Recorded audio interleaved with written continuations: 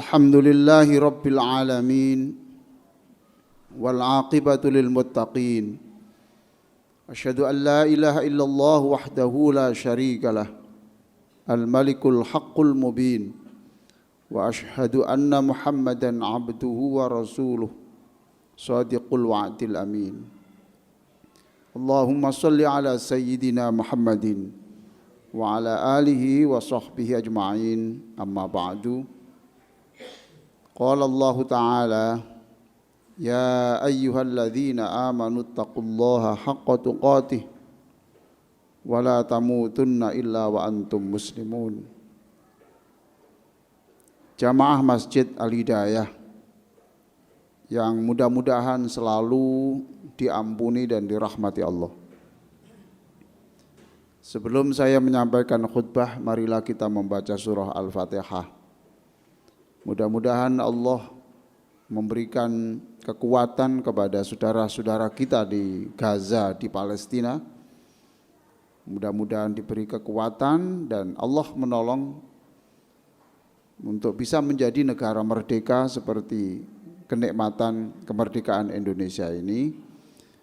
Fatihah juga kita harapkan siapapun yang mengurus masjid ini dan juga siapapun yang memberikan infak ke masjid ini hari ini dan mudah-mudahan hari berikutnya, mudah-mudahan diganti Allah dengan rezeki yang banyak, diganti Allah dengan kesembuhan dari penyakit yang menurut dokter sudah tidak bisa disembuhkan, dan diberikan kebahagiaan dunia dan akhirat. Al-Fatihah. A'udzu billahi minasyaitonir rajim. Bismillahirrahmanirrahim. Iyyaka na'budu wa iyyaka nasta'in. Shiratal ladzina an'amta 'alaihim. Para jamaah sekalian, dalam 10 menit ke depan saya akan menyampaikan khutbah dengan judul Belajarlah kepada ayat Al-Quran dan ayat-ayat alam. Belajarlah kepada ayat-ayat Al-Quran dan ayat-ayat alam. Hadirin sekalian, mengapa saya sampaikan ini? Sebab masih banyak di antara kita ini yang hanya bisa mengambil pelajaran dari Al-Quran tetapi tidak cerdas untuk mengambil pelajaran dari ayat-ayat alam. Ayat-ayat alam itu adalah kejadian-kejadian yang diperlihatkan kepada kita, bisa langsung, bisa melalui media, atau kisah-kisah masa yang lalu kita harus mengambil pelajaran dari itu. Ada juga orang yang tidak kedua-duanya, tidak faham tentang apa yang dibaca, juga tidak cerdas mengambil pelajaran dari seluruh kejadian yang ada ini. Yang pertama sekarang, kita harus cerdas di dalam mendalami isi Al-Quran.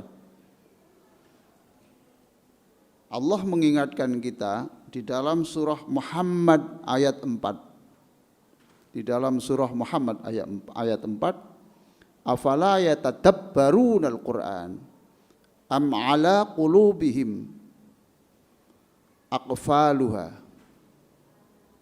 Mengapa mereka tidak tadabbur? Mengapa mereka tidak merenungkan isi Al-Qur'an? Apakah hati mereka itu sudah tertutup rapat dan terkunci? Melalui mimbar ini, hadirin sekalian, saya ingin mengajak semuanya untuk selalu membaca Al-Quran. Silakan, itu ada yang program khataman, silakan. Di program setengah tahun khatam atau sebulan khatam, silakan. Tapi harus ada program di mana kita ini mungkin tidak memakai juz-juznya, tidak sepakai begitu, tidak pakai khataman, tapi ada mungkin setiap bulan itu 1 ayat saja yang kita renungkan. 1 saja ayat yang kita renungkan. Contoh hadirin sekalian, Kalau bapak-bapak dan saudara-saudara sekalian yang saya muliakan ini mau merenungkan makna Bismillahirrahmanirrahim dengan nama Allah yang Maha Pengasih dan Maha Penyayang, coba direnungkan menjelang tidur, direnungkan mungkin pada waktu imam membaca Al-Fatihah, mungkin yang lain tidak kita renungkan, hanya Bismillah yang kita renungkan. Allah itu Maha Pengasih dan Maha Penyayang. Itu diletakkan di awal Al-Quran supaya kita itu penuh perhatian bahwa kita ini harus meniru apa yang dilakukan Allah. Jadilah pengasih. Coba. Jadilah orang yang mengasihi keluarganya. Jadilah orang yang mengasihi lingkungannya. Jadilah orang yang mengakui orang-orang yang du'afa. Kita meniru, semangat meniru akhlak Allah itu karena kita merenungkan basmalah. Ar-Rahman Ar-Rahim, Allah itu Ar-Rahman itu menyayangi manusia. Orang itu orang beling, orang nakal atau taat itu disayangi oleh Allah. Coba.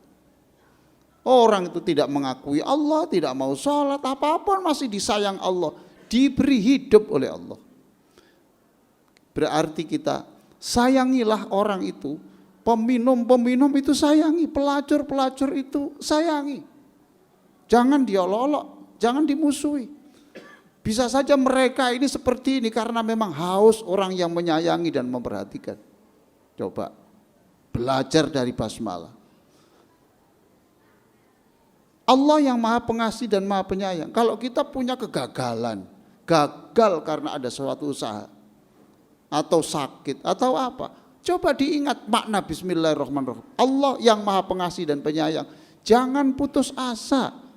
Yang optimis, yakinlah bahwa Allah itu tidak membenci kita. Allah itu menyayangi kita. Nah ini bagian dari hasil dari perenungan-perenungan itu. Diberi sakit, dicoba rezekinya kurang, katakan Bismillahirrahmanirrahim bahwa ini bukan Allah menghukum saya, bukan, Allah mencintai saya. Andai kan tidak diberi cobaan berat begitu, mungkin kita tidak menjadi orang yang aktif di masjid, mungkin kita tidak senang mendengarkan pengajian, mungkin kita tidak mau menghafal doa-doa dari Rasulullah Sallallahu Alaihi Wasallam. Hadirin sekalian, mengapa ada orang itu bicara ya asbun asal bunyi, asplak asal jeplak saja. Orang kalau sudah punya kepentingan itu kemudian ya asal ngomong saja itu. Tidak ada bedanya orang itu aktif di masjid atau tidak, orang berpendidikan atau tidak. Akhir-akhir ini kita melihat orang itu berbicara itu seenaknya sendiri. Mengapa begitu? Bertindak ya seenaknya sendiri, tidak tahu halal haram. Bahkan itu ada yang geger antar keluarga soal warisan. Coba itu. Mereka itu tidak pernah menghayati makna Maliki Yaumiddin. Allah itu nanti mengadili kita. Apa saja yang kita ucapkan. Setiap kata yang saya ucapkan di mimbar ini, jangan dikira kemudian karena tidak direkam kemudian hilang. Siapa bilang? Besok Allah akan tanya tentang apa yang saya ucapkan ini. Lupa bahwa Malik Yaumiddin itu artinya Allah itu maha mengadili manusia. Nah yang mengadili kita di akhirat itu bukan seperti pengadilan dunia yang bisa bapak transfer pakai dolar atau pakai rupiah. Tidak bisa. Itu harus kita menghadap Allah dengan teliti karena hakim yang di akhirat nanti itu adalah hakim yang maha adil. Alaihissallahu biahkamil hakimin. Sekarang yang kedua adalah ayat-ayat alam semesta ini. Nanti kita baca di surat Al-Hasyr ayat 2. Di sana Allah berfirman, fa'tabiru ya ulil absar. Yang hatinya masih hidup, yang otaknya masih jalan, kamu harus mengambil pelajaran dari kenyataan ini. Kamu harus jadi orang kaya lewat melihat kenyataan-kenyataan ini. Orang bisa menciptakan helikopter itu kan belajar dari capung loh Pak. Sekarang ada teknologi bagaimana membuat jarum yang itu disuntikkan orang tidak terasa. Itu belajar dari mana? Belajar dari nyamuk. Nyamuk itu bisa menusuk kita, mengambil darah kita, kita tidak terasa. Kalau sudah habis darah diambil baru terasa. Luar biasa. Orang bisa pinter kaya raya lewat kupu, coba. Begitu indahnya warna-warna kupu itu, menjadi kaya karena belajar dari alam. Kalau ada orang yang bercerita bahwa dia ini bekerja di sana dipecat, belajar bekerja di sini dipecat, sampai pindah-pindah sampai 20 kali. Belajar ini karena memang dia ini suka bohong, suka mencuri tempat itu. Oh, berarti masa depan orang, rizkinya orang itu ditentukan oleh akhlaknya, bukan oleh pinternya saja, bukan oleh jasanya, bukan. Tetapi akhlak kita itu berarti ikut menentukan rizki kita, akhlak kita itu berarti ikut menentukan masa depan anak-anak kita. Loh, ini namanya kita belajar dari kenyataan itu seperti itu. Dan masih banyak hadirin sekalian yang sangat saya muliakan, setiap ada peristiwa enak tidak enak, jangan enak dan tidak enak yang dipikir, tapi saya harus belajar apa dari hal ini? Saya harus belajar apa dari hal ini?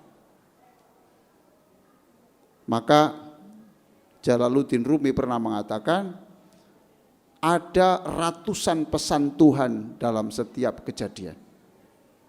Maka fa'tabiru ya ulul absor, wahai orang-orang yang hatinya hidup, otaknya bekerja, segera ambil pelajaran. Mengapa orang itu sukses, mengapa orang itu gagal, mengapa orang itu begini dan seterusnya. Ada anjing, belajar dari anjing. Coba anjing itu setianya kepada yang menyayangi, luar biasa.